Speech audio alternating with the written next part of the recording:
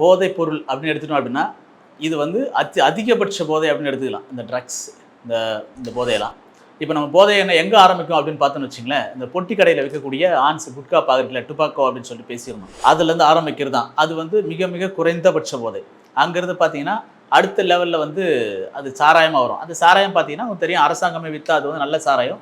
அரசாங்கத்துக்கு அங்கேருந்து வாங்கிட்டு போயிட்டு இன்னொரு நபர் விற்றா அவர் வந்து அவர் மேலே வந்து ப்ரொஹிபிஷன் ஆக்டில் வந்து வழக்கு போட முடியும். இப்படி இருக்குது.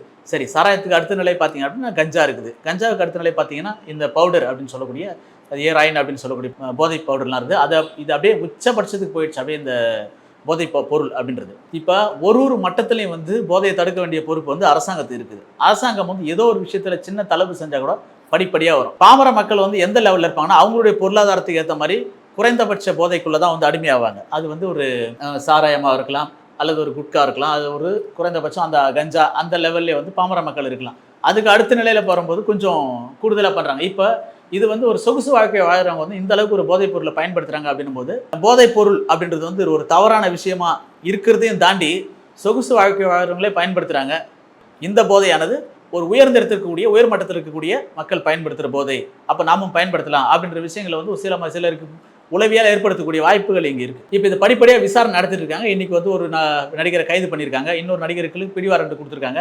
இப்போ இது எந்த நிலையில் போகும் அப்படின்னு பார்த்தோம் அப்படின்னா விசாரிச்சுக்கிட்டே இருப்பாங்க. விசாரிச்சுட்டே இருக்கும்போது அதில் எந்த அளவுக்கு பெரிய நபர் பெரிய புள்ளிகளுடைய குறுக்கீடுகள் வருதா, அல்லது அரசியல் பெரிய தலையீடுகள் வருதா அப்படின்றது எல்லாமே வந்து அதில் கணக்கெடுக்கப்படும் நிச்சயமாக. ஏன்னா இதை வந்து பல கோடிகளுக்கு பல லட்சங்கள் பல கோடிகள் வந்து டர்ன் ஓவர் ஆகக்கூடிய ஒரு மிகப்பெரிய பொருள் அந்த போதை, அவர்கள் பயன்படுத்திய போதை என்பது. சராசரியாக பாமர மக்கள்லாம் வந்து இதை வந்து பயன்படுத்த முடியாது. ஏன்னா வெளிநாடுகளுக்கு ஏற்றுமதி செய்யக்கூடியது, வெளிநாட்டிலேருந்து இறக்குமதி செய்யக்கூடியது, அந்த மாதிரியான போதைப் பொருட்களை அவங்க பயன்படுத்தியிருக்காங்க.